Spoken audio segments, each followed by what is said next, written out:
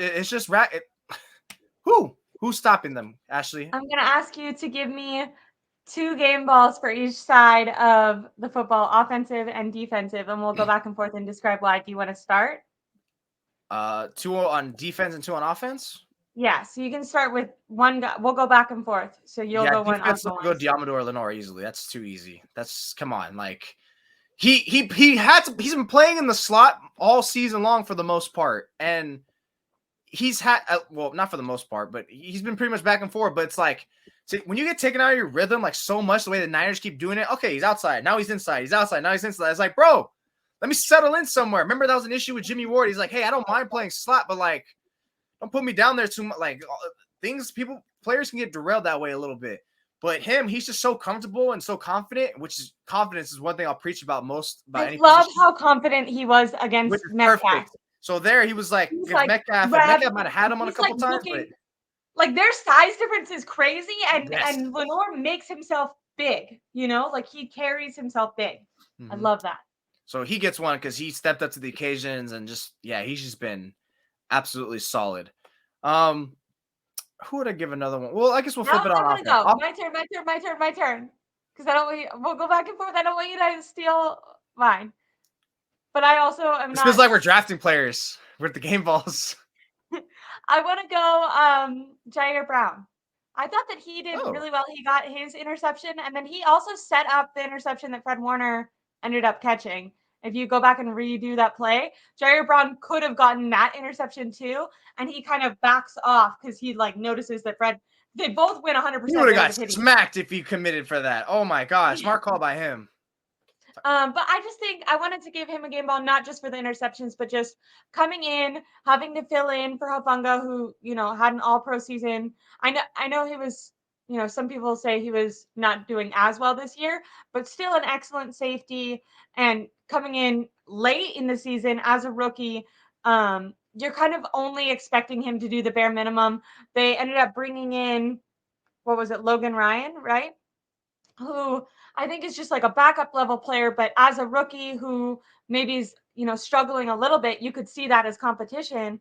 And I felt like he's kind of stepped up in all these opportunities that he's been given. I just think that that's really cool when younger guys can kind of show out. Because I know that I feel like with this team, they have a lot of distrust for younger guys. So it's kind of cool when they're able to get in the game and prove that they should be there. And he was basically forced in that situation because Hufanga, obviously out for the years, but he definitely wouldn't have been in if it wasn't for that. But I like that he's taken advantage of his opportunity. I don't know if you heard too in the post game, he said Hufanga sent him some good luck beads or whatever, which I thought was I think he was rocking them after, right? Of the game, I think, or before, or both. So yeah, that's good. That's nice. That's another thing, why they're so tight knit in culture. You can take the next game ball. We'll do snake draft wise. Since I had the first one, you can go 2, 3, and then I'll get the next one. Oh, okay, I like that. Yeah. So, should we stick on defense or go offense now? Should we each do one? Offense, do you know what I mean? Offense. If I was put together, I would have had this segment figured out, but we're doing it live on air. You said I should go offense? Yeah, go Okay, I want to go Devo, obviously. I'm so glad that I got to go. Because you would have chosen Devo, so I'm glad that I got to go.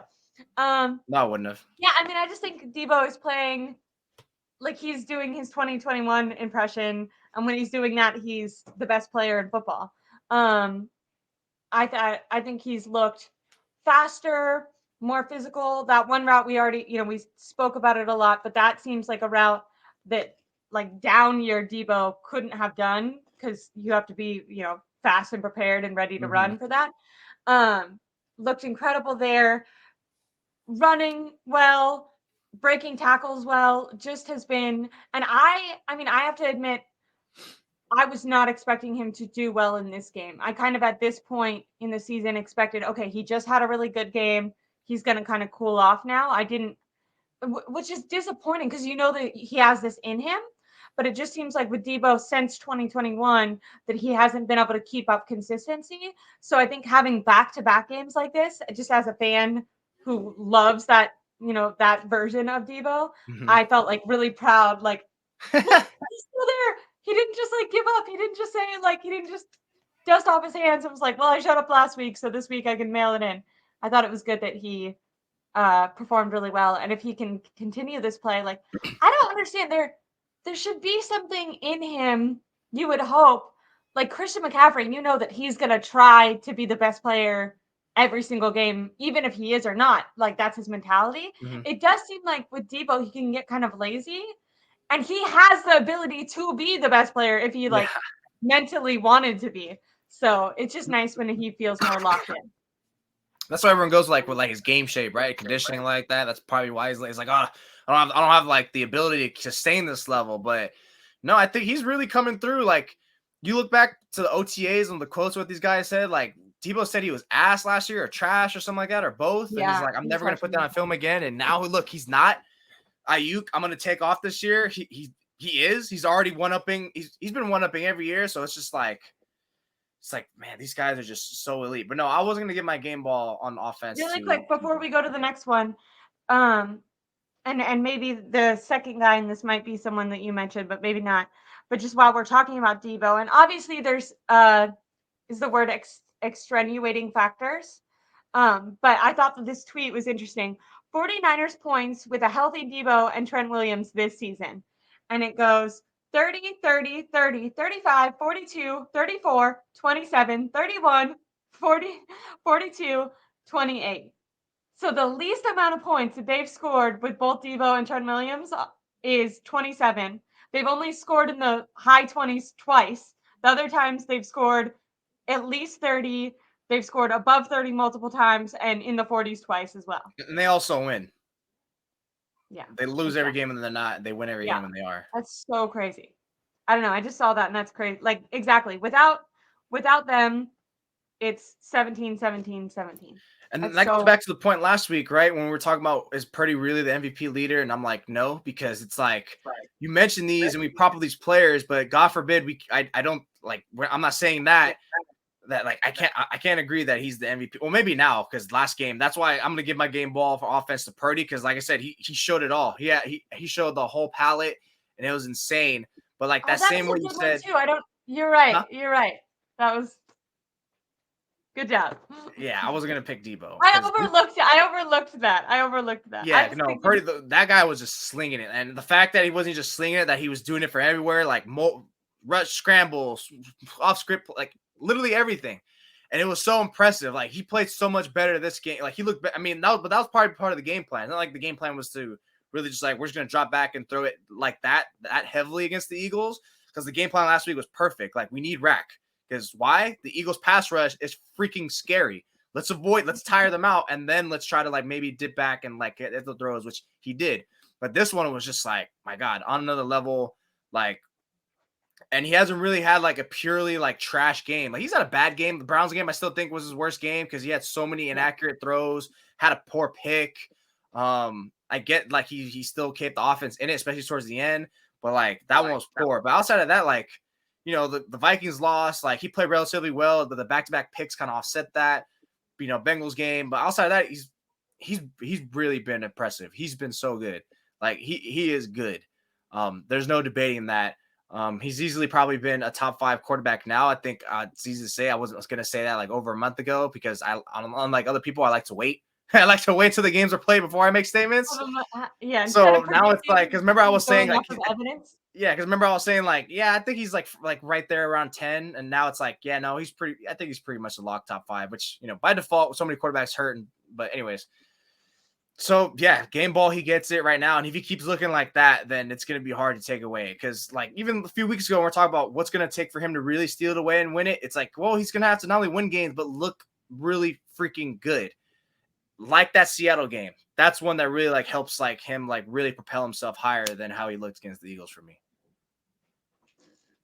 I was reading the comments and someone I think maybe disagreed with my Brown take because he said that Brown missed a tackle against backup tight end. I'm not saying Brown is like on bad, all pro right now. I'm just saying as a rookie coming in at the end of the season, filling in Hufanga. Hufanga missed tackles sometimes. Fred Warner misses tackles sometimes. What I'm saying is his good plays are far outweighing his bad plays, and he would have been in the game if that was something that they expected. They clearly expected that he was going to have more bad plays than good plays, and so far his ability to get the ball to the offense has been more effective. I mean, if Debo or if Ayuk doesn't fumble, then Jair Brown gave the 49ers 7 points right there because that was a touchdown. So yeah, so it's been that context is like he's been really nice. He's been really nice. Arrow's pointing up, which again that was to be expected too from him, right? That he's going to be a rookie. He's not expected to be in the situation, so it's going to be a roller coaster ride. You just hope you have more highs and lows, and like you mentioned, that's pretty much what it's kind of been with him. Exactly. Do you want to give two more game balls, or are we good? Do you think with the game balls? I think we're good. That pretty much knocked them out. When we're doing 4 combined for us, that's pretty solid. We pretty much knocked them. We don't have to just give game balls to everything. Coaches don't do that. I agree. We'll do some honorable mentions. Quincy says MVP for Trent. I agree. Trent, I mean, he gets enough love because everyone talks about him and says he's the best player in football a lot of times, and definitely one of the best O-linemen ever. But reading off those stats, it's important to, it wasn't just Debo out. Trent Williams was out, and him being back has done wonders for the offensive line. The offensive line has been shaky, but when you think back to that Debo play that we keep referencing, they blocked incredibly well for that play. He deserves his love. Christian McCaffrey still had an amazing game, even though I don't think he was the best player on offense yesterday. I do think that was Debo. He did still do extremely well. So those are some honorable mentions. The last thing we're going to think about that we have 2 players on offense that are being mentioned as MVP candidates. Like, isn't that alone like sick enough? Like, should be like, wow, that's sick. But like, God forbid you can't say like, I don't think they're a leader. Like, just because you don't think they're a leader, no one's saying they're bad. Like, Jesus Christ. Like, when did the MVP all of a sudden become such a freaking like thing for like Niner fans? Like, I thought the goal was Super Bowl. I've been hearing more discussions about stupid MVP candidates than the freaking Super Bowl itself. Like come on, man. Like, let's chill out. This is kind of pretty much, it's probably going to be Purdy, or it's going to be Dak, or freaking who knows. Like, ultimately, no one gives a damn about these awards because all that matters is number 6, right? And how you keep going. Yeah, they would all give it up. They would they would gladly have none of them win the MVP if they won the Super Bowl. The fact that they're in it alone is already crazy because no one expected that from either of them. No one did. And that was back to the question like 10 minutes ago. You said like Super Bowl or bust. Like, honestly, the expectations going into the season was already that in the first place.